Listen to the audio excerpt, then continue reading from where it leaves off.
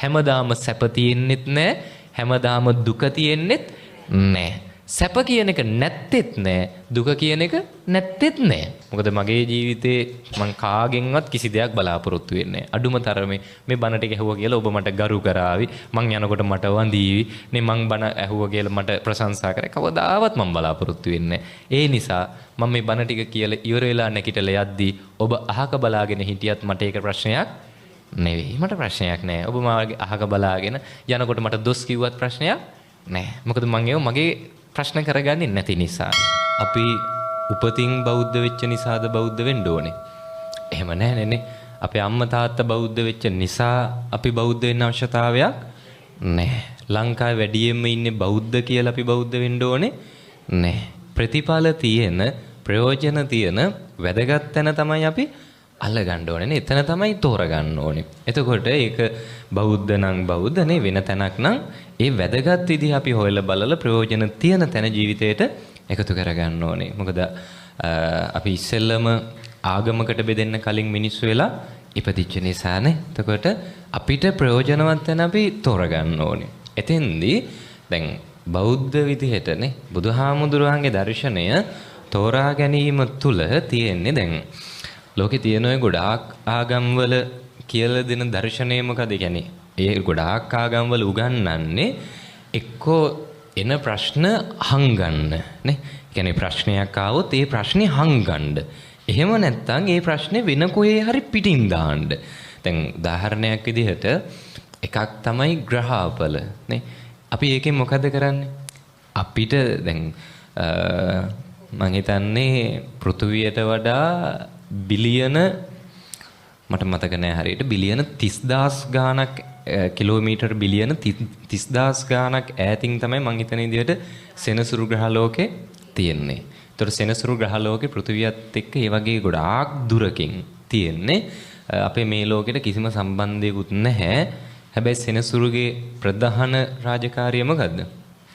අපිව ලෙඩ කරන එක නේ. අපිට දුක් කරදර ගෙනල්ලා දෙන එක. කරන රස්සා ටික නැති කරලා දාන එක නේ. අපිව ලෙඩ කරන එක, අපිට මරණය ගෙනල්ලා දෙන එක තමයි මේ කිලෝමීටර් බිලියන ගානකට එහා තියෙන සෙනසුරුගේ වැඩේ. ඒ කියන්නේ අපේ අය හිතන් ඉන්න හැටි. හරිද? එතකොට අර ඒ ඉගැන්වීම තුල ඒ එකක්. ඒකෙදි කියන්නේ මොකද්ද? දැන් මට මොකක් හරි ලෙඩක් දුකක් හැදෙනවා නම් ඒකට හේතුව කවුද? සෙනසුරු ග්‍රහලෝකේනේ. ඒ කියන්නේ අපි ප්‍රශ්නේ ඒ පිටින් දානවා. දැන් ඇත්තටම මට ලෙඩක් හැදෙනවා නම් ඒකට හේතුව කවුද? මමමනේ. හරිද? දැන් ඒ වගේ අර විවිධ ආගම්වල තියෙන්නේ එක්ක ප්‍රශ්නේ වෙන මොකක් හරි පිටින් දානවා. එහෙම නැත්නම් මොකක් හරි ප්‍රශ්නයක් ආවොත් කියන්නේ ඔයා මේකට පූජාවක් තියන්න වඳින්න ඊට පස්සේ ලැබෙනවා නේ. ඔබ දැන් බෞද්ධ නම් අපි හිතමු බුදුහාඳුරන්ට වැඳලා මෙහෙම පූජාවක් තියන්න ලැබෙනවා. ඒ මත දැන් ඒක අපිත් නැතුව නෙවෙයි. අපිත් තියනවනේ එහෙමනේ. අපිත් ඔය සමහරලාට ඉන්නවද බෝධි පූජා, බුද්ධ පූජා තියපු නැති අය? නෑ නේ. අපි හැමෝම තියලා තියනවානේ. දැන් හිතන්න ඔය විභාගයකට එහෙම පූජාවක් තියවම අපි බුදුහාඳුරන්ටත් ඇවිල්ලා කියනවා බුදුහානේ පුළුවන් නම් පුතා ශිෂ්‍යත්වේ පාස් කරලා දෙන්න. අපි ඒකට බෝධි පූජාව, බුද්ධ පූජාව තියනවා. වැඩේ කළා දුන්නොතින් මාස 3කින් ඇවිල්ලා බල්බ් එකක් දෙනවා කියලා නැද්ද? තියනානේ. ඒකට තමයි කියන්නේ බාහිර වෙනවා කියන්නේ නේ. අපි මේකෙන් කරන්නේ ගනුදෙනුවක්. බුදුහාඳුරුත් එක්කත් ගනුදෙනු කරනවානේ. අපි ඩීල් එකක් ගහනවා. වැඩේ කළා දුන්නොත් බල්බ් එකක්. මේ හරි බලන්නකෝ අපි කොයි තැනකද ඉන්නේ කියලා. එතකොට බුදුදහම එහෙම එකක් නැහැ. වැඳලා ඉල්ලුවොත් ලැබෙන දහමක් නෙවෙයි මේක නේ. හරිද? ගොඩක් ආගම් කියන්නේ ඒක වඳින්න ලැබෙයි නේ. ඔබේ දෙවියන් වහන්සේට, බුදුන් වහන්සේට හෝ ඒ ශාස්ත්‍රුන් වහන්සේට ගරු කරන්න ලැබෙයි. එහෙමනේ උගන්වන්නේ. එක්ක ප්‍රශ්නෙන් පැනලා යන්න, එක්ක වැඳලා දේවල් ඉල්ල ගන්න. හැබැයි බුදුහාමුදුරන්ගේ දර්ශනයේ තියෙන්නේ වැඳලා ඉල්ල ගැනීමක් නෙවෙයි. ප්‍රශ්න වලින් පැනලා යාමක් නෙවෙයි. බුදුහාඳුරු ගන්නන්නේ මොකද්ද? ප්‍රශ්න වලට සූදානම් වෙන එක නේ. ඒකයි බුදුදහම වෙනස් වෙන්නේ. බුදුදහම බුදුහාඳුරු කොහෙවත් කියන්නේ ප්‍රශ්න නැහැ කියන එක. උන්වහන්සේ කොහෙවත් මේවා හැංගුවේ නැහැ. මේ හැම දෙයකටම මොකද කරේ? අපිව සූදානම් කරා. අපි ඇත්තටම ඔකට කැමති නැහැ. අපි කැමති මොකද්ද? මේ අපිට එන ප්‍රශ්න ටික හංගලා දාන්න. ඒකනේ බෞද්ධ වුණත් වැඩි හරියක් මේ දේවාල පස්සේ එහෙම යන්නේ වැඩියෙන්ම හොයලා බලන්නේ කවුද? බෞද්ධයෝ. වැඩියෙන්ම විශ්වාස ගමේ පන්සලේ හාමුදුරුවෝද නැත්නම් කේන්දරේ බලන කපු මහත්තයද? විශ්වාස කවුද? හිතන්න කේන්දරේ බලලා ඉවරලා කියනවා මෙහෙම. තියනවා අපලයක්. මේ අපලේ හැටියට නම් මැරෙනවම තමයි. හරිද? මාරාන්තික අපලයක්. මරණයෙන් ගැලවෙන්න නම් ඉක්මනට උපසම්පදා හාමුදුරුවරු 19ක් වඩම්මලා ගෙදර දානයක් දෙන්න. ඔය කේන්දරේ බලන මහත්තයා තමයි දැන් කියන්නේ. ඔයත් දැන් එනවා පන්සලට. ඇවිල්ලා නායක හාමුදුරන්ට කියනවා හාමුදුරුවනේ කේන්දරේ බලලා කිව්ව උපසම්පදා හාමුදුරුව 19ක් වඩම්මලා දානෙ දෙන්න නැත්තම් මම මැරෙනවා. ඒ නිසා මාරාන්තික අපලයක් තියෙනවා දානෙ දෙන්න ඕනේ මෙදාට මෙහෙම කරමු. හැබැයි බුද්ධ දේශනාව අනුව නායක හාමුදුරුව කියනවා බුදුහාඳුර දේශනා කළා තියේද මේකේ මේ උපසම්පදා හාඳුරන්ට දන් දෙන්න පොඩි හාඳුරන්ට දන් දෙන්න එහෙම බෙදලා තියේද නෑ මහා සංඝරත්නය කියද්දි උපසම්පදාද නැද්ද ලොකු හාඳුරද පොඩි හාඳුරද එහෙම එකක් තියනවද නෑ මහා සංඝරත්නයනේ. ඒතර ඒ නිසා නායක හාමුදුරුව කියනවා බුදුහාඳුරන්ගේ බුද්ධ දේශනාව අනුව මහා සංඝරත්නය කියන්නේ උපසම්පදා හාඳුල විතරක් නෙවෙයි. පන්සලේ උපසම්පදා හාඳුරුව 19ක් මෙහෙම හොයාගන්න බෑ. ඒ නිසා සාමණේර හාමුදුරුව 5 නමකුයි උපසම්පදා හාමුදුරුව 5 නමකුයි එක්ක අපි දානේ දෙමු. මොකෝ කරන්නේ? දානේ කරනවද නැත්නම් හාමුදුරනේ අපි වෙන පන්සලකින් කරගන්නම් කියලා යනවද? මොකෝ කියන්නේ? අනිවාර්යෙන් අපි කියන්නේ මොකද්ද? එහෙනම් ඔබ වහන්සේට පුළුවන් උපසම්පදා 5 නම එදාට දෙන්න ඉතුරු 5 නම අපි හොයාගන්නම්. ඒකට අපිට දැන් වැඩිම විශ්වාස කවුද? නායක අහන්ට වැඩිය අර කේන්දරය බලව කෙනානේ. හරිද? අපිත් පුරුදු වෙලා තියෙන්නේ. අපි කැමතියි ඒකට. ප්‍රශ්න වලින් පැනලා යන්නනේ. ප්‍රශ්න අමතක කරලා දාන්න. ප්‍රශ්න එන්නේ නැහැ කියලා හිත හදාගන්න. හැබැයි බුදුහාමුදුරුවෝ අපිට දේශනා කරේ මොකද්ද? පැනලා යන්න බෑ. නේ ප්‍රශ්න වලින් හැංගෙන්න බෑ. ප්‍රශ්න වලට සූදානම් වෙන්න. එහෙමයි ඉගෙනුවේ. එතකොට නිවන තමයි ගැලවෙන්න තියෙන එකම මාර්ගය. එක මාර්ගයක් කියලා දුන්නේ මොකද්ද?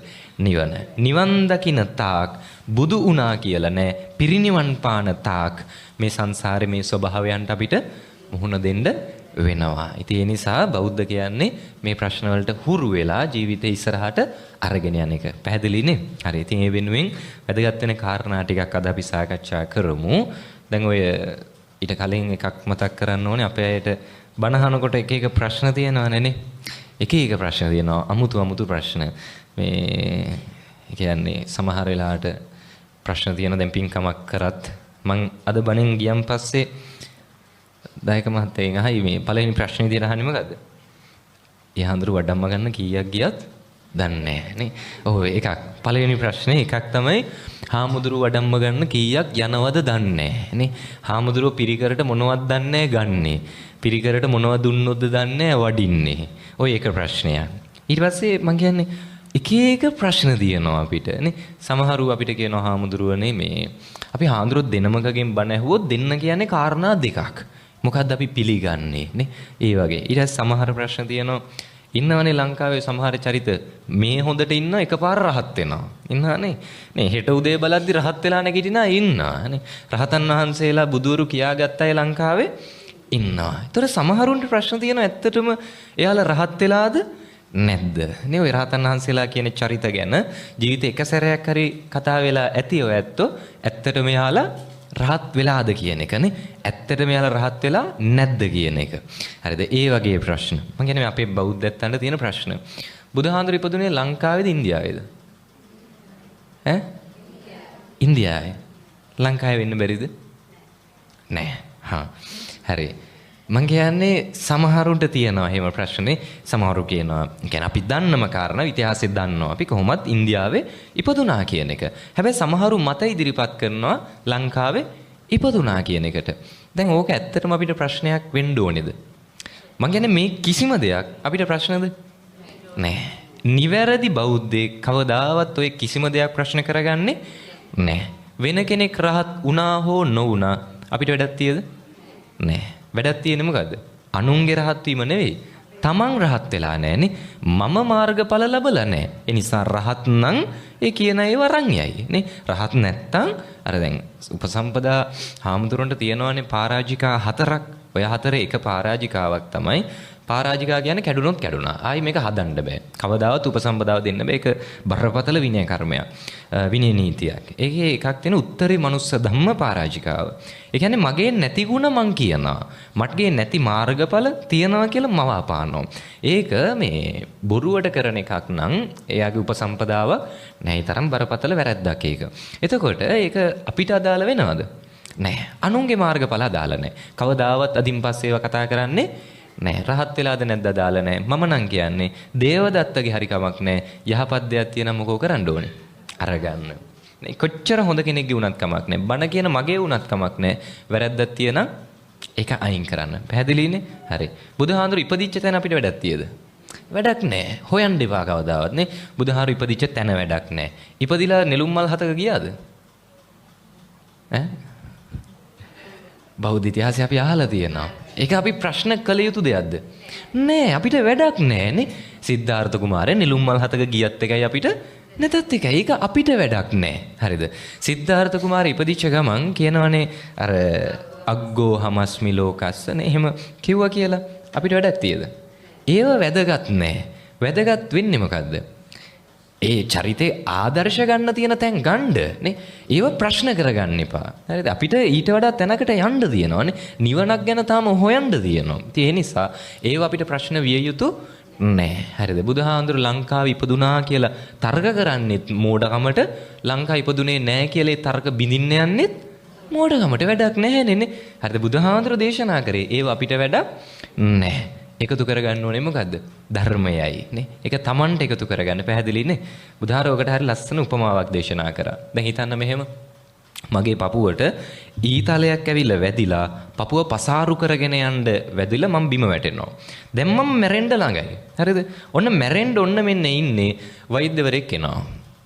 ડોක්ටර් කෙනෙක් ඇවිල්ලා මට කියනවා ඊතලේ ගලවන්න ඕනේ නැත්නම් ඔයාට ජීවිතය දෙන්න බෑ. ඊතලේ ගලවලා බෙහෙත් කරොත් තමයි ඔයාට ජීවත් වෙන්න පුළුවන්. මට කියනවා. මං ඊට පස්සේ කියනවා මොන පිසුද? ගලවන්න නම් දෙන්නේ නැහැ ඊතලේ. හරිද? ඊතලේ ගලවන්න ඕනේ නම් ඊතලේ එවපු කෙනාව මට හොයලා කියන්න. හරිද? එවපු කෙනාව හොයලා කියනකම් ගලවන්න නම් දෙන්නේ නැහැ. ඊතලේ ගලවන්න දෙන්නේ නැහැ. එවපු පැත්ත මොකද්ද කියලා හොයලා කියන්න. එතකන් ගලවන්න දෙන්නේ නැහැ. හරිද? ඊතලේ එවපු අරමුණ මොකද්ද? මං කාටද වැරද්දක් කළා තියෙන්නේ? හොයලා කියනකම් ගලවන්න නම් දෙන්නේ නැහැ. හරිද? එවපු පැත්ත, එවපු කෙනා, එවපු අරමුණ, ඇයි මට එහෙම කරේ? මේ දේවල් හොයලා දෙනකම් ගලවන්න දෙන්නේ නැහැ. හානිය කාටද? Tamanට. Tamanමයි මැරිලා යන්නේ නේ. හරිද? ඒ නිසා ඊතලේ ආපු පැති, එවපු අය, එවපු අරමුණු වැඩ නැහැ. ධර්ම එකතු කරගන්න ඕනේ කවුරු වෙනුවෙන්ද? Taman වෙනුවෙන්. පැහැදිලි නේ? එහෙනම් බණහද්දි එහෙම මේ අනුන්ට ගලපන්න නෙවෙයි මොකද්ද වෙන්න ඕනේ? Tamanට ගලප ගන්නනේ. බණ අහලා යන ගමන් අපරාදේ. බණ ටික අහන්න එක්කන් එන්න තිබ්බ අල්ලපු ගෙදර මිනිස්සයා. එහෙම හිතෙන්න බෑ. බණ අහද්දි මේ ටික නම් අරයටම තමයි හරියන්නේ. එහෙම හිතෙන්න බෑ. නේ ඒ නිසා මේ වැදගත් කරුණු ටික සරල කාරණා ටිකක් අපි සාකච්ඡා කරමු. මේ ටික ජීවිතේට එකතු කරගන්න. මේ ධර්මයේ කවදාවත් මග අරගන්න එපා. හිත සුවපත් කරන, සැනසීම ළඟා කරලා දෙන, සසරින් එතර කරන, හැම දුකක්ම නැති කරන එකම මාර්ගයයි තියෙන්නේ. තමයි බුදුහාඳුරු පෙන්නපු මේ ධර්ම මාර්ගය. ඒ නිසා ඒ ධර්ම මාර්ගය යන්න කවදාවත් වරදින්නේ නැහැ. ඉතින් අද මම මාතෘකා විදිහට තෝරගත්තේ අර මුලින් කියපු ගාථාව. ඒ ගාථාවේ තියෙන කාරණා ටිකක් ලාභෝ අලාභෝ අයසෝ යසෝච නින්දා පසංසා සුඛංච දුක්ඛං. කාරණා කීයක්ද? 8ක් තියෙනවා. මොනවද? ලාභ අලාභ යස අයස නින්දා ප්‍රශංසා සැප දුක. කාරණා කීයද? 8යි. මේ 8ට මොනවද කියලාද කියන්නේ? අටලෝ දහම. මේක ගැන අපි දන්නවද නැද්ද? දන්නවා. ධර්මයේ ගොඩාක් අපිට වෙලා තියෙන අපි දන්නවා. හැබැයි අවබෝධය නැහැ. පන්සිල් ගැන දන්නවනේ. පන්සිල් පද පහම රකින්න පවුලක එක්කෙනෙක් හරි ඉන්නවද? ඒ කියන්නේ හඳුනන අපේ පවුලේ හැමෝම පන්සිල් රකින්නවා. කියන්න පුළුවන් කෙනෙක් ඉන්නවද මෙතන? නැහැ. දන්නවා. මොකද නැත්තේ? අවබෝධේ නැහැ නේ. හරිද? චතුරාර්ය සත්‍ය දන්නවා. මොකද නැත්තේ? අවබෝධේ නැහැ. මේ හැමෝම ඒක අර අපිට තණ්හාවත් එක්ක යද්දී මේකට අපි රැවටෙනවානේ. හරි දන්න දෙයටත් රැවටෙනවා. ඒකයි බුදුහාමුදුරු දේශනා කරේ තණ්හාව ඒ තරම් භයානකයි කියන එක. දැන් හිතන්න වෙලා තියෙන්නේ අපේ ලංකාවේ බහුතරයක් බෞද්ධත්වෝ ධර්මය දන්නා. මොකද්ද නැත්තේ? පිළිපදින්නේ නැහැ, අවබෝධය නැහැ.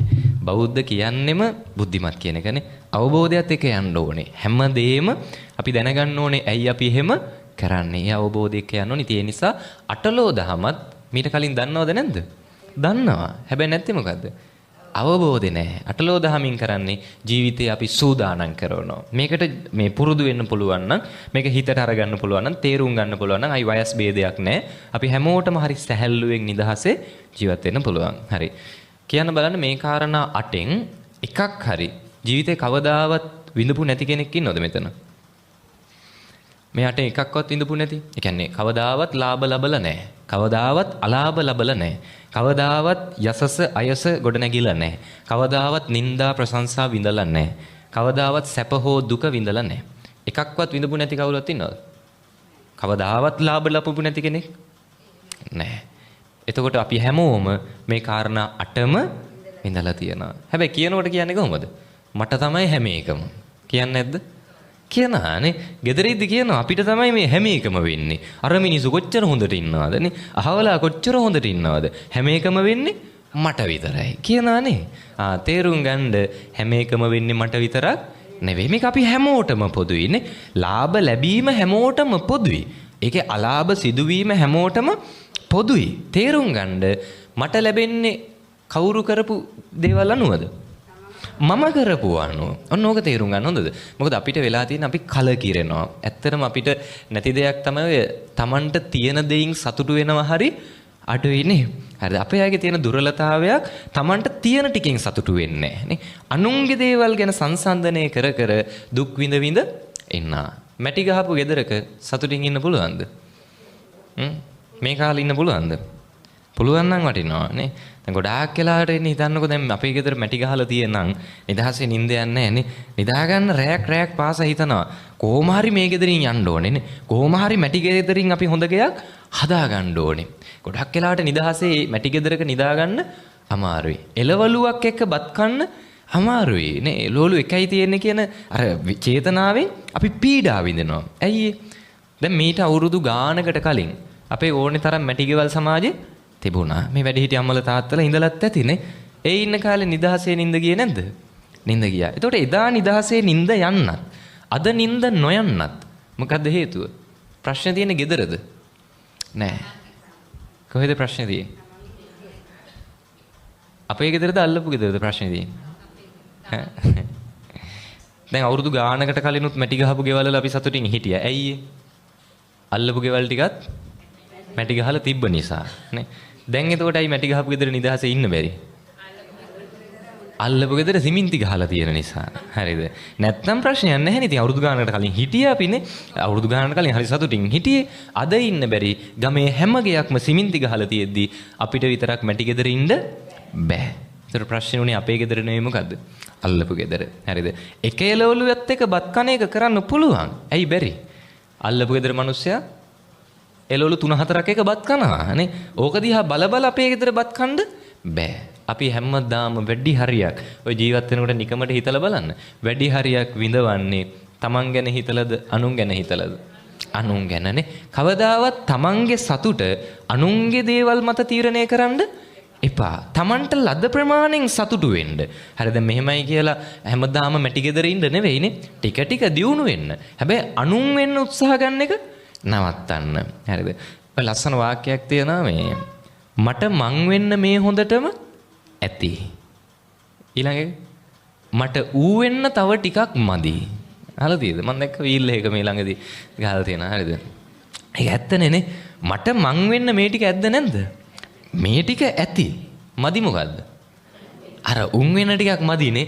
ඒ ටිකනේ අපි හොයන්නේ. හරිද? නැත්තම් අපිට මේ ගන්න වාහනේ ඉන්න ගෙදර කන බොන ටික ඇති. ඇඳුම් පැළඳුම් ඇති. මදි වෙන්නේ අද මම හොඳ මැඳුම් ඇඳන් යද්දී ඊට වඩා හොඳ එකක් තව කෙනෙක් ඇඳන් එනවා. දැක්කම ඒක කරන්න ඕනේ අපිටනේ. හරිද? නැත්තම් අපිට ප්‍රශ්නයක් නැහැ. ප්‍රශ්නේ වෙලා තියෙන්නේ මට මම වෙන්න මේ ටික ඇති වෙලා උන් වෙන්න ටිකක් මදි වෙලා. හරිද? ඒ නිසා කවදාවත් අනුන් වෙන්න උත්සාහවන්ත වෙන්න එපා. තමන්ට තමන්ව ගොඩ නගා ගන්න. තමන් තුල සතුට නිර්මාණය කරගන්න. පැහැදිලිනේ? ඒ නිසා ලද ප්‍රමාණයෙන් සතුටු වෙන්න. ලැබෙද්දී ඒකේ මේ අන්තිටම යන්නත් එපා. ඔය දැන් බුදුහාඳුරෝ දේශනා කරේ අටලෝ දහමෙන් කම්පා වෙන්න එපා. කාරණා 8කින් කම්පා වෙනවා කියන්නේ දුකටපත් වෙනවා. අටලෝ දහම පළවෙනි එක මොකද්ද? ලාභ. කො මෙතන ලාභ ලැබෙද්දී දුක් වෙච්ච කවුරු හරි ඉන්නවද? ඈ අපරාධේ මේක හම්බුනේ. ඈ ලාභ වෙද්දී දුක් වෙනවද? අපරාධේ මේ මාසේ පඩිය 50000ක් වැඩි වෙලා. ෂේ. හිතනවද එහෙම? එහෙම නැහනේ. එහෙනම් කම්පා වෙනවා කියන්නේ දුක් වෙන එකටද? නෑ. කම්පා වෙනවා කියන්නේ දුක් වෙන එකට නෙවෙයි. කම්පා වෙනවා කියන්නේ වෙනස් වෙන එකට. නේ සෙල වෙන ස්වභාවය. අපි ඉන්න ස්වභාවයෙන් වෙනස් වෙනවා. එතකොට ලාභ ලැබෙද්දි වෙනස් වෙන්න බෑ. අලාභ වෙද්දි වෙනස් වෙන්නත් බෑ. අන්න එහෙම තමයි කම්පා නොවෙනවා කියන්නේ. පැහැදිලිද? එතකොට ලැබෙනවා. අපිට ලැබෙන එක ස්වභාවයක්. ඔය ස්වභාවයේ අනිත් පැත්තෙන් තියෙනව මොකද්ද? අලාභ. ඒ කිසිම දෙයකදී වෙනස් වෙන්න බෑ. ලැබුණත් වෙනස් වෙන්න බෑ. හරිද? හේතුව මේ තණ්හාව මාරයි. හොඳද? බුදුහාඳුරු මේ පෙන්නපු ධර්මය හරිම විශිෂ්ටයි. හරිද? හේතුව උන්වහන්සේ ඒක අපිට පෙන්නලා දීපු එක බලන්න මේ තණ්හාවේ ස්වභාවය කවදාවත් ඇති වෙනවද? ඒ කියන්නේ දැන් අපි හිතනවා නම් මට මේ ප්‍රමාණය ලැබෙන්න ඕනේ මෙහෙමුනම් ඇති කියලා හිතනවා. හැබැයි ඇති වෙයිද? නැහැ. මාසෙට මම මේ අහන එකට උත්තර දෙකක් දෙන්න. එක්ක ඇති එක්ක මදි. හරිද? මේ උත්තර දෙක එකක් දෙන්න. මාසෙට ජීවත් වෙන ලක්ෂයක්. ඇතිද මදිද? තමන්ට හිතන විදිහට උත්තරේ දෙන්න. මොකද ඔයත් ප්‍රසක්ෂණයිනේ ගිහි ජීවිතයක් ගත කරන්නේ අයිතිය තියෙනවා. ඔයත් ලස්සනට ජීවත් වෙන්න ඕනේ. හම්බ කරන්න අයිතිය තියෙනවා. නැත්තම් හිතයි දන්නේ ඇත්තටම ලක්ෂ 5ක් විතර ඕනේ කියන්න බෑ. හාමුදුරුවෝ ලෝභයි කියලා බණිත් දන්නේ නැහැ. එහෙම හිතයි දන්නේ එහෙම නෙවෙයි. අවංක උත්තරේ දෙන්න මේ අහන එකට එක්ක ඇති එක්ක මදි. මාසෙට ජීවත් වෙන ලක්ෂයක්.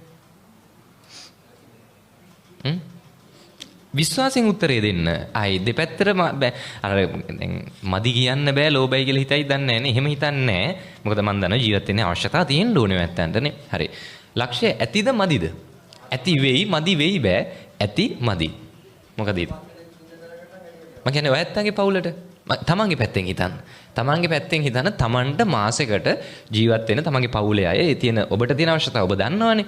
ඒකයි මම කිව්වේ ඔබේ පැත්තෙන් හිතලා උත්තරේ දෙන්න. මාසෙට ජීවත් වෙන ලක්ෂයක් ඇතිද මදිද? මදි. ඇති. ඔබතුමාගේ පවුල කීයක් ඉන්නවද? ඔබතුමාට ලක්ෂයක් ඇද්ද? ඇති. අන්න හරි. ඒක තමයි මම අහන්නේ. ඇති. හරි. හරි මදි කියලා හිතන අය ඉන්නවනේ. ඒ අයට ලක්ෂ 2ක් මාසෙකට නෑ මම අහන්නේ ඇත්තටම ඇතිද මදිද? ලක්ෂ 2ක් මොකෝ හිතෙන්නේ? ඇතිද මදිද? ඇති. ලක්ෂ 2ක් මදි කියන කවුද ඉන්නේ මෙතන? නෑනේ. හරි. ඇයි අපිට ලක්ෂ 2ක් ඇති උනේ? මාසෙට ලක්ෂ 2ක් හම්බ වෙන්නේ නැති නිසානේ. මම මේකයි මේ තේරුම් ගන්න හදන්නේ හොඳද? හරිද? මාසෙට ලක්ෂ 2ක් හම්බ වෙන්නේ නැති නිසා අපිට කීයක් ඇද්ද? ලක්ෂ 2 ඇති. මාසෙට ලක්ෂයක් හම්බ වෙන්නේ නැති නිසා මාසෙට ලක්ෂයක් ඇති. ඔයත්තන්ට හිතනවා නම් යම් සීමාවක් හිතන්න මට මාසෙට ජීවත් වෙන ලක්ෂ 5ක් ඇති. එහෙම හිතනවා නම් හොයන්න මාසෙට ලක්ෂ 5 පඩි ගන්න මිනිස්සු ඉන්නවා. හම්බ වෙලා අහන්න ඔයාට ඇද්ද කියලා ওই ලක්ෂ 5 මෝ කියන්නේ. එයාට මදි. හරිද? ඒකයි මම මේ කියලා දෙන්න හදන්නේ. අපිට කොච්චර ලැබුණත් මදි. හිතනවා මෙච්චරක් ලැබුණොත් ඇති වෙයි කියලා. හැබැයි එතෙන්ට ගියා මේක මදි. තේරුම් ගන්න අපේ ජීවිතේ සතුට කියන්නේ හැම වෙලාවෙම අපිට වඩා ඉස්සරහින් ඉන්නේ. හරිද? අපි කරන්නේ ඕක පස්සෙන් යන එක. පස්සෙන් පන්න යනවා සතුට හොයාගෙන. අපි සතුට ළඟට යන්න සතුට අපිට වඩා ඉස්සරහට යනවා. පැහැදිලිද? ඒ නිසා මේකේ පන්නන්න ගියොත් කවදාවත් මේකෙන් ඇතිවීමක් වෙන්නේ නෑ. මදි වෙලා අන්තිමේදී ලෝභකම වැඩි වෙනවා. තණ්හාව තව වැඩි වෙනවා. ඉතින් ඒ නිසා කරන්න තියෙන්නේ ලැබෙන ප්‍රමාණයෙන් සතුටු වෙනවානේ. හරිද? මට සතුටු වෙන්න පුළුවන් සීමාව තියෙනවා. ඒ කියන්නේ මම කැමතියි මෙන්න මේ තාක් සීමාවකට සතුටු වෙන්න. හැබැයි මගේ අවශ්‍යතා ගොඩනැගිලා තියෙන්නේ, මගේ දේවල් ගොඩනැගිලා තියෙන්නේ ඊට වඩා අඩුවෙන් සතුටු වෙන්න නම් මම දැනගන්න ඕනේ මට ඒ ලැබෙන ප්‍රමාණයෙන් සතුටු වෙන්න. පැහැදිලිනේ? ඒ නිසා ලාභ හමුවේ කම්පා වෙන්න එපා. පැහැදිලිද? වෙනස් වෙන්න එපා. ඊළඟ එක අලාභ. ලැබීම පිටිපස්ස එනවා මොකද්ද? අලාභ. දැන් අපේ ඇට වෙලා තියෙන ලාභ නම් ටිකක් හරි දරා ගන්න පුළුවන්. මොකද දරා ගන්න බැරි? අලාභ දරා ගන්න බෑ. ඇයි හේතුව? බුදුහාඳුරු දේශනා කරා මේ හැම එකටම සූදානම් වෙන්න. ලාභ අලාභ දෙකෙන් අපි සූදානම් වෙන්නේ මොකටද? ලාභ ලබන්න. සූදානම් නැත්තේ මොකටද? අලාභ ලබන්න. හැබැයි මේකේ විදිහනේ මේකේ ක්‍රමය තමයි ඔය දෙකම අපිට එනවානේ. ලාභ විතරක් හැමදාම ලැබෙන්නේ නෑ. මේ ලෝකේ හොඳම දේවල් ලැබිච්ච කෙනාටත් ඒව නැති වෙනවද නැද්ද? නැති වෙනවා. මේ ලෝකේ හොඳම ආදරේ හම්බුනේ කාටද? අපි දන්නේ විදියට සිද්ධාර්ථ කුමාරයට. හැබැයි ඉච්ඡර ආදරය කරපු ආදරෙත් වෙන් වුණාද නැද්ද? වෙන් වුණා. නේ රාහුල කුමාරයා ඉපදිච්ච දවසේ අර යශෝදරාව දාලා සිද්ධාර්ථ කුමාරයා යන්නේ. හැබැයි බලන්න මේ ආදරේ මම කියන්නේ වර්තමානයේ අපි ඔය කියන මවාගත්ත ලෝකෙක ඉන්න ආදරයට වඩා අපි හිතනවා වර්තමානයේ අපි කරන ආදරේ තමයි හොඳම එක කියලා. සාමාන්‍යයෙන් ඒ ආදරයක් වෙන් වෙච්ච දවසක අපි කියනවානේ මේ ඔයාගෙන් එහා නම් ආයි කිසිම කෙනෙක් හොයන්නේ නෑ. ඔයා නැත්තම් බඳින්නෙත් නෑ. මුළු ජීවිත කාලෙම තනිකඩ වෙන්නවා. ඉතින් එහා පැත්තනොත් හිතනවා අන්නේ පවුනේ එහෙම ඉඳිත් දන්නෙත් නෑ කියලා හිතලා වෙන් වෙනවා උපරිම මාසෙයි දෙකයි නේ. හරිද? හැබැයි යශෝදරාව දැන් හිතන්න මේ අම්මලට ඔය දේ වුණා නම් පළවෙනි පුතා නේ පළවෙනි දරුවා ඉපදෙන දවසේ ස්වාමි පුරුෂයා දරුවත් එක්ක බිරිඳව තනි කරලා යනවා නේ. දරුවත් එක්ක බිරිඳව දාලා යනවා. හැබැයි යශෝදරා එක මොහොතක් වෛර කරාද? නෑ. බලන්න මොන්න තරම් ඒ ආදරේ උතුම්ද. අවුරුදු ගාණක් බුදුරජාණන් බෝසතාණන් වහන්සේ අවුරුදු 6ක් දුෂ්කර ක්‍රියා කරා. දැනගත්ත විදිහට යශෝදරත් ඒ දුක් ටික වින්දා. තමන්ව දාලා ගියපු මිනිස්සයා වෙනුවෙන් නේ තමන්ව අතෑරලා ගියපු මිනිස්සයා වෙනුවෙන් යශෝදරා දන්නේ බුදු වෙන්න යනවා කියලා නේ. යශෝදරාල දැන් කියන්නේ බුදු වෙන්න කලින් අඩුම බෝසතාණන් වහන්සේවත් දන්නවනම් මම යන්නේ බුදු වෙන්න කියලා අවුරුදු 6ක් දුෂ්කර ක්‍රියා කරයිද? නෑ. ඒක කාලයක් ගියා අවබෝධ කරගන්නනේ. හැබැයි යශෝදරා මුකුත් දන්නේ නැතුවත් ගියපු හේතුව දන්නේ නැතුවත් ඒ ආදරේ ඉස්සරහට අරන් ගියා. ඒතකොට එච්චර වටින ආදරෙත් වෙන් වුණා නම් නේ එච්චර වටින දේවලුත් නැති වුණා නම් සිද්ධාර්ථ කුමාරයට මොනවද නොතිබ්බේනේ. හරිද? ඒ හැමදේමත් නැති වුණා නම් මේ අපිට ඔය ලැබෙන කිසි දෙයක් හැමදාම තියාගන්න වෙන්නේ නෑ. හැබැයි අපි ඔය ලැබෙද්දි හිත පුරුදු කරනවා මේක හැමදාම මට තියෙන්න ඕනේ. ඒකයි අපිව දුකටපත් කරන්නේ. පැහැදිලිද? නැතුව දැන් මේ මිනිස්සු හැමෝටම දේවල් නැති වෙනවනේ. හැබැයි එකම දේ දෙන්නෙක්ට නැති වෙද්දි දුක වෙනස්ද නැද්ද? වෙනස්. කොහොමද ඒක එහෙම වෙන්නේ? ඒ කියන්නේ නැති වෙන දේ නිසා නෙවෙයි දුක හටගන්නේ. දැන් මෙහෙම හිතන්න. මගේ ළඟ තියෙන රුපියල් 5000ක්. මට රුපියල් 5000ක් තියෙනවා. දැන් මේ මහත්තයාගේ ගාවක් තියෙන මගේ ගාව තියෙන 5000 මට නැති වෙනවා. මේ මහත්තයාගේත් රුපියල් 5000ක් නැති වෙනවා. එයාටත් 5000ක් නැති වෙන්නේ. මටත් 5000ක් නැති වෙන්නේ. වැඩියෙන් දුක කාටද? ඒකට උත්තරේ හිතා ගන්න අමාරුයිනේ. මෙහෙම හිතන්න. මගේ ළඟ තියෙන රුපියල් 5000යි.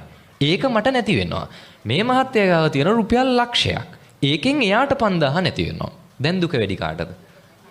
මහත්තයාටද මටද? මට. ඇයි? දෙකම 5000 තමයිනේ. එයාටත් 5000යි මටත් 5000යි.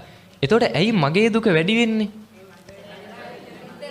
අන්න හරි නේ. මගේ බලාපොරොත්තු ගොඩනැගෙන රුපියල් කීයකටද? 5000කටයි. ඒ කියන්නේ මේ මගේ සම්පූර්ණ බලාපොරොත්තු. එතකොට මේ 5000 නැති වෙද්දී මගේ සේරම බලාපොරොත්තු මට නැති වෙනවා. එතකොට මේ මහත්තයාගේ බලාපොරොත්තු ගොඩනැගෙන රුපියල් කීයකටද? ලක්ෂයකට. එතකොට මේ ලක්ෂෙන් 5000ක් නැති වුණා කියන්නේ ඒක ගාණක් නෑ. ඊට වඩා බලාපොරොත්තු යාට තියෙනවා. මතක තියාගන්න නැති වෙන දේ නිසා නෙවෙයි දුක වැඩි. ඒ එක්ක ගොඩනගා ගන්න බලාපොරොත්තු එක්කනේ. දැන් මෙහෙම හිතන්න බුදුහාර දේශනා කරපු සරලම මේ ධර්ම කාරණයක් මෙන්න මේක දවසක් තරුණ වැඩි හිටියෙක් ඇවිල්ලා බුදුහාරගෙන් අහන සරල බණක් මට කියලා දෙන්න. ගැඹුරුව තේරෙන්නේ නැහැ. ඒලා තමයි බුදුහාර මෙහෙම අහන්නේ. හිතන්න දැන් ඔයත්තන්ට දරුවෝ ඉන්නවා. හිතන්න ඔයත්තන්ගේ දරුවෝ නැති වුණොත් දුකයිද නැද්ද? දුකයිනේ. ඒක කියන්න අමාරුයිනේ. ඒ තරම් දුකයි. ඔයත්තන්ගේ ඥාතිවරුන්ටත් හිතන්න ඔයත්තන්ගේ ළමයාගේ වයසෙම ඒ වයසෙම තව දරුවෙක් ඔයත්තන්ගේ ඥාති කාට හරි ඉන්නවා. එයා නැති වුණොත් දුකයිද නැද්ද? දුකයි. හැබැයි තමන්ගේ දරුවා නැති වෙන තරම් දුකයිද? නෑ. හැබැයි එකම වයසේ දරුවෝ දෙන්නෙක්නේ. දුක වෙනස් වෙනවා. එතකොට ඔබේ ගමේ හිතවත් තැනක ඒ වයසෙම තව දරුවෙක් ඉන්නවා. එයා නැති වෙනවා. දුකයිද නැද්ද? දුකයි. තමන්ගේ දරුවා නැති වුණ තරම් දුකක් නැහැ. තමන්ගේ ඥාතියගේ දරුවා නැති වෙන තරම් දුකක් නැහැ. හැබැයි දුකයි. හිතන්න දන්නේවත් නැති තැනක. දැන් මේ මගේ පන්සල් තියෙන මාතර කිරින්දේ මේ අපේ පන්සල පැත්තේ කවුරු හරි ඒ වයසෙම දරුවෙක් නැති වෙනවා. දුකයිද? ඔයත් අන්න දුකයිද? අපේ අන්න පැත්තේ ඒ වයසෙම දරුවෙක් නැතිලා දුකයිද? නැහැ. එකම වයසක, ඒ කියන්නේ එකම සිද්ධියනේ, එකම වයසක ඒ දරුවෝ නැති උනේ. දුක වෙනස් උනේ කොහොමද? දුරයි ළඟයි නිසාද? නෑ. දුර උනත් අල්ලගෙන ඉන්න ප්‍රමාණය වැඩි නම් දුක වැඩි වෙනවා. ඕ. තමන්ගේ දරුවා දැන් හිතන්න දැන් තමන්ගේ කම කිව්වොත් තමන්ගේ දරුවට සහ තමන්ගේ ඥාතියගේ දරුවට මේ බැඳීම අපිට තියෙනවා. හැබැයි එතනත් දුක වෙනස් වෙනවනේ. හේතුව තමයි අපි වැඩියෙන් බලාපොරොත්තු ගොඩනගන්නේ කාටද? තමන්ගේ දරුවටනේ. හරිද? එතකොට වැඩියෙන් බලාපොරොත්තු නැති වෙනවා තමන්ගේ දරුවා නැති වෙද්දී නේ. ඊට පස්සේ හිතන්න තමන්ගේ ඥාතියගේ දරුවට එච්චර බලාපොරොත්තු නැහැ. අසල්වැසියගේ දරුවට එච්චර බලාපොරොත්තු නැහැ. දන්නේම නැති දරුවෙක්ට කිසිම බලාපොරොත්තුවක් නැහැ. එතකොට බලන්න නැතිවීමත් එක්ක අපිට දුක ඇති උනේ ඇති කරගන්න බලාපොරොත්තුනේ. බලාපොරොත්තු ගොඩ නගා ගන්න. හැබැයි ස්ථාවරේව එපා. එයා මං වෙනුවෙන් හැමදාම මෙහෙම කරයි. එයා මං වෙනුවෙන් හැමදාම මෙහෙම ඉඳී. මං කියන්නේ තමන්ගේ දරුවෝ වෙනුවෙන්වත්, තමන්ගේ දෙමව්පියෝ වෙනුවෙන්වත්, ඔය ළඟම ආදරය කරන කිසිම බැඳීමක් වෙනුවෙන් ස්ථීර බලාපොරොත්තු ගොඩ නගන්න එපා. බලාපොරොත්තු ගොඩ නගන්න ඒකේ දෙපැත්තටම සූදානම් වෙන්න. මොකද්ද දෙපැත්ත?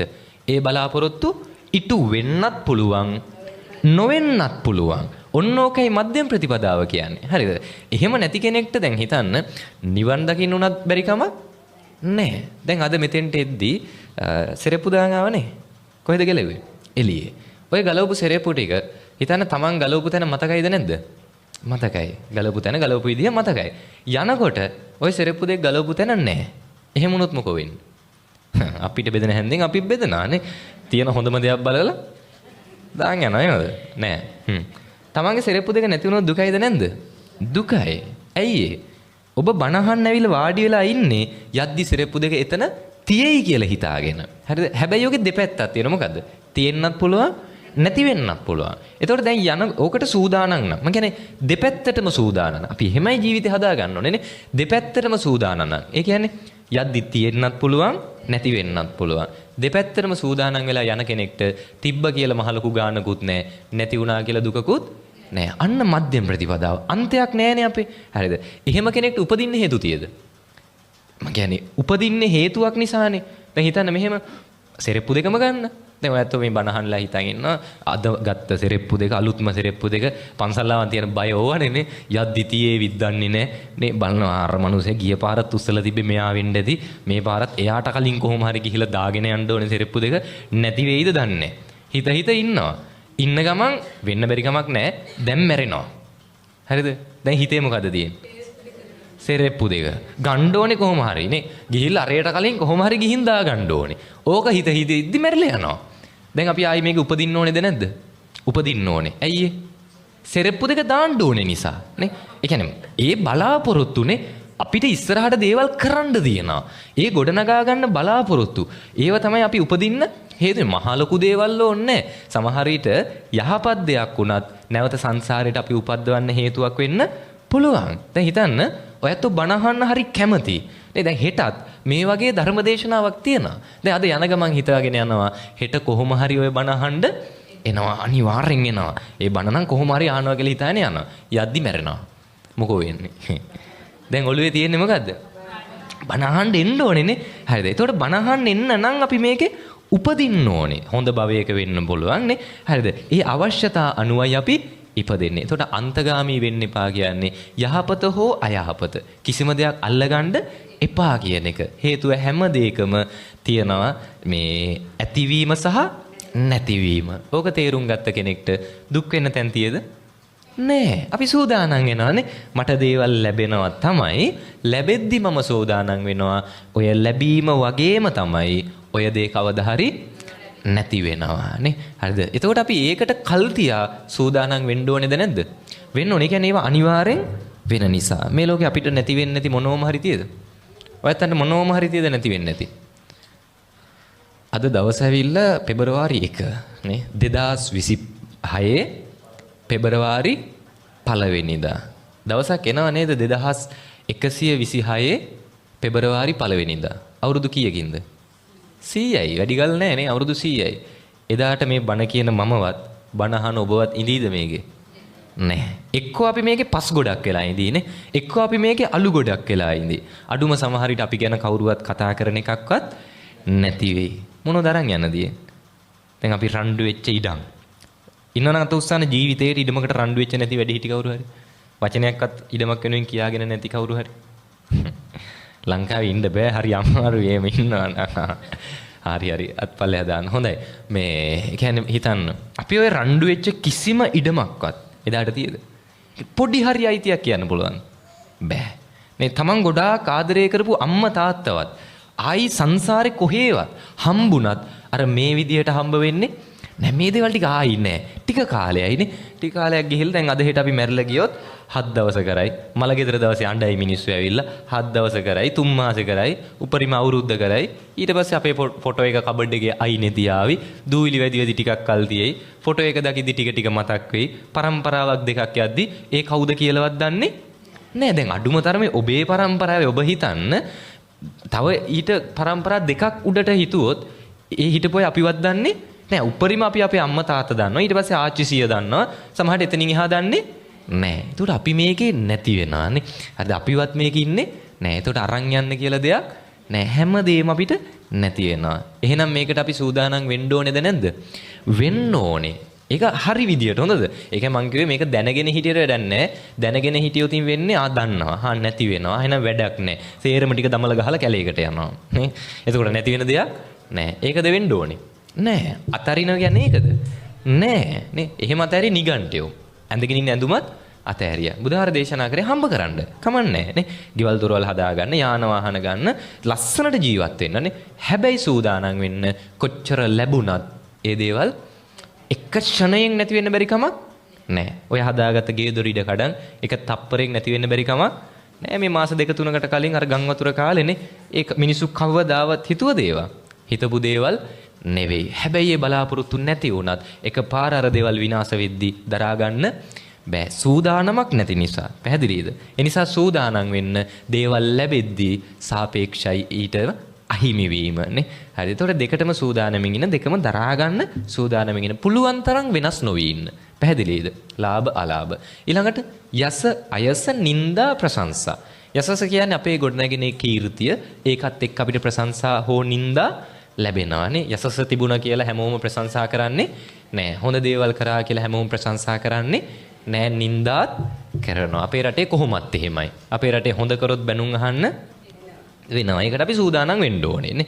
හොඳ කරන තරමට බනිනවා වැඩි. ඒක හැටි. එතකොට අපි අපේ යසස ගොඩ නැගෙද්දි ආයි ඔලුව දුම්ම ගන්න බෑ. නේ මට දැන් මිනිස්සු ගරු කරන මං හෙන ලොකු තැනක ඉන්න මම තමයි මේකේ උඩින්ම ඉන්නේ. නේ ආයි මට එහා කවුරුවත් නැහැ. ඒ නිසා මං අනිත් අය ගණන් ගන්න ඕනේ. එහෙම වෙන්න බෑ. හේතුව අද හරි ගෞරවාන්විතව ඉන්න කෙනා හෙට ආයි බල්ලෙක් බලලෙක් ගාන්ට වැටෙන්න බැරි කමක් නැහැ. අපි දන්නවනේ එහෙම ඕනේ තරම්නේ. අපේ සමාජය අපේ ගම්වල ඕනේ තරම් එහෙම ඉන්නවනේ. හරිද? අද අයස තියෙන කෙනා නේ අද කිසිම ප්‍රශංසාවක් නොලබන කෙනත් හෙට ගෞරවාන්විත විදිහට ඉන්න බැරි කමක් නැහැ. මේක පෙරලෙනවානේ. දෙපැත්තටම මේකෙත් අපි සූදානම් වෙන්න ඕනේද නැද්ද? වෙන්න ඕනේ. ප්‍රශංසා කරන තරමටම අපිට නිඳා කරනවා. දරා ගන්න බැරි නම් කොහොමත් මේක කරන්න බෑ. ජීවත් වෙන්නම බෑ. හිතන්න මෙහෙම මේ පන්සිල්වල අවසාන සිල්පදේ මොකද්ද? සුරාමේරය. ඒ කියන්නේ මත්ද්‍රව්‍ය පාවිච්චි කරන්න එපා. ඒක පන්සිල් තියෙන කාටද? ගිහි ඇත්තන්ට නේ ඔය ඇත්තන්ට. ඒතකොට ඔය ඇත්තන්ට බුදුදහමේ පනවන ඒ විනය නීති එකක් මේ සුරාව පාවිච්චි කරන්න එපා. ඒක රජෙන් දඬුවම් ලැබෙන වරදක්ද? නෑ. ඒක මේ විනයත් එක්ක ඒ නීතියක් නේ. බොන්න එපා. මත්ද්‍රව්‍ය පාවිච්චි කරන්න එපා. ඒ නීතියම හාමුදුරුවන්ටත් තියද නැද්ද? තියෙනවා. අපිටත් සුරාමේරය මජ්ජපමා ඒක තියෙනවා. ඒ කියන්නේ අපිත් සුරාව පාවිච්චි කරන්න බෑ. ඒක විනය නීතියක්. දෙගොල්ලටම රජයේ නීතියක් නෙවෙයි ඒක විනයානුකූල නීතියක්. හරි. හිතන්න මේ මහත්තයා දුම්මැටියක් පාවිච්චි කරනවා මමත් පාවිච්චි කරනවා. වැඩියෙන් බනින්නේ කාටද? මට. ඇයි ඒක මාර වැඩන්නේ? ඇයි මට වැඩියෙන් බනින්නේ? එහෙමද? එහෙනම් මං ගිහිල්ලා සිවුර පොඩ්ඩක් පැත්තකින් තියලා කමන්නේ නැද්ද? ඇයි මට වැඩියෙන් බනින්නේ? මම කියන්නේ දැන් මෙතුමායි මායි මේ දෙන්නම එකම වැරද්ද කරොත් අපි දෙන්නටම වයසින් ආයෙක නායක අහලා කමක් නැද්ද? නෑ. හරි. සීලයෙන් වැඩි කියන්නේ දැන් සුරාමේරේ මජ්ජපමා දට්ඨානා කිව්වම ඒ සීලය ගිහියන්ටත් එකයි අපිටත් එකයි. බොන්න එපා නම් එපා. ඒ කියන්නේ ගිහියත්තන්ට කියලා නෑනේ. චුට්ටක් දැම්මම කමන්නේ. එහෙම නෑනේ සීලෙනේ. නෑ. ඔව් හාමුදුරුන්ටත් නෑ. තියෙන්නේ දෙගොල්ලන්ටම එපා. එහෙනම් ඇයි අපිට වැඩියෙන් බයි? මාර වැඩේ. ඇයි ඒතර මට වැඩියෙන් බනින්නෙත් මේ මහත්තයට අඩුවෙන් බනින්නෙත්. හෝ බනින්නේ නැත්තේ. ඇයි හේතුනම් කියයි අපේ ඇත්ත ඕනේ තරම්. හරිද? අපිට බනින්න තියෙනන්නේ හේතු මවලා දෙනවා. මම කියන්නේ ගිහි වුණත් වැරදි නම් වැරදි. එතකොට එතන ඇයි ඒ බනින්න එක වෙනස් වෙන්නේ? දානේ දෙන්නේ සාද නෑනේ. ගිහියන්ටත් තියෙනවා. ඉතින් ගිහියන්ට සුරාමේරේ එපා. ඒතකොට ඇයි වැඩියෙන් බනින්නේ?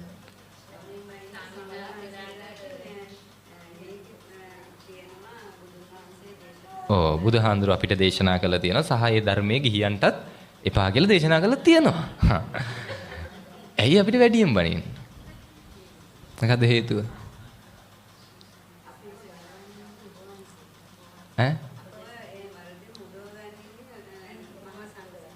මහා සංඝරත්නය. ඒ නිසා. හරි. හරි කමන්නේ. ඒකද හේතුව? ඒ කියන්නේ අපි ඔබ වරදෙන් මුදවන නිසා. ඒ නිසා